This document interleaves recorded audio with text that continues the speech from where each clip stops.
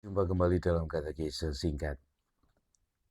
Apa yang harus dilakukan kalau patung Yesus pada salib menjadi rusak, atau kalau biji-biji rosario sudah berantakan, atau kalau daun palma yang lama dari Minggu Palma tahun yang lalu harus diganti dengan yang baru? Nah, kita harus menemukan jalan keluar untuk membuang benda-benda kudus dan kadang-kadang bertanya apa yang harus kita lakukan dalam hal-hal tertentu. Pertama-tama hendaknya kita membedakan antara dua macam pemberkatan.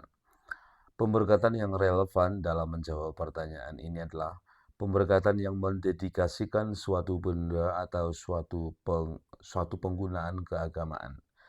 Mengenai hal ini, Katekismus Gereja Katolik berkata, pemberkatan-pemberkatan tertentu mempunyai arti tetap karena menhabiskan pribadi-pribadi untuk Allah atau mengkhususkan benda dan tempat-tempat tertentu untuk keperluan liturgi. KGK 1672.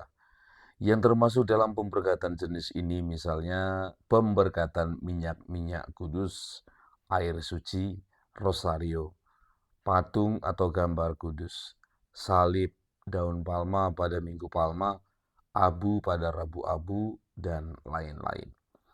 Sekali benda-benda ini diberkati dalam arti tertentu, mereka dipandang telah didedikasikan untuk ibadat kepada Allah dan hendaknya diperlakukan dengan penghormatan khusus. Dalam kaitan dengan ini, Kitab Hukum Kanonik menetapkan hendaknya benda-benda kudus yang diperuntukkan bagi ibadat ilahi karena dipersembahkan atau diberkati, diperlakukan dengan hormat dan jangan dipergunakan untuk pemakaian profan atau yang asing baginya. Juga jika benda-benda kudus itu milik pribadi. Kitab Hukum Kanonik nomor 1171.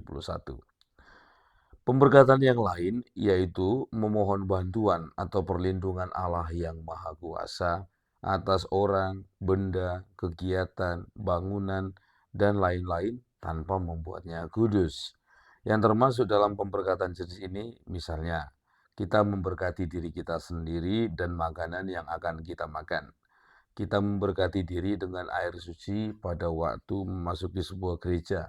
Kita minta berkat atas rumah dan keluarga kita, juga untuk mobil kita, kantor kita, dan lain-lain. Misalnya kalau kita masuk ke gereja dengan mengambil air suci, itu tandanya kan untuk mengingatkan kita akan kepercayaan kita pada Allah Tritunggal Maha Kudus dan juga kepercayaan kita akan Yesus Kristus yang telah menebus kita dan kita telah memperolehnya melalui sakramen baptis yang telah kita terima.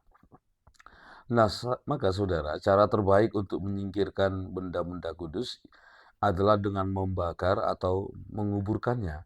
Terserah mana yang lebih cocok untuk benda yang bersangkutan. Kalau benda-benda itu berupa cairan, misalnya air suci dan minyak-minyak kudus, semua itu dapat dituangkan ke tanah. Biasanya di bawah suatu tanaman atau pohon yang tidak akan diinjak-injak orang.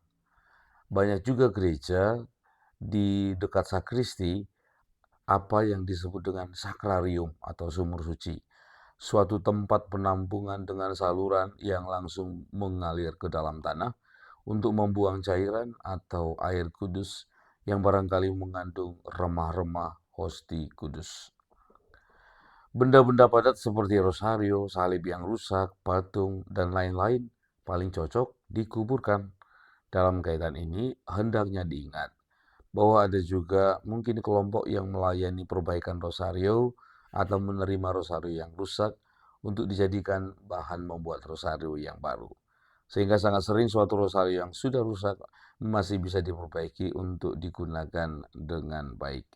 Sedangkan benda-benda yang mudah dibakar seperti misalnya daun palma, gambar kudus, minyak kudus, busana liturgi yang sudah usang atau rusak, dan lain-lain dapat dibakar. Yang penting adalah selalu memperlakukan benda-benda kudus dengan hormat, mengingat bahwa semua itu telah didedikasikan untuk ibadat kepada Allah lewat pemberkatan.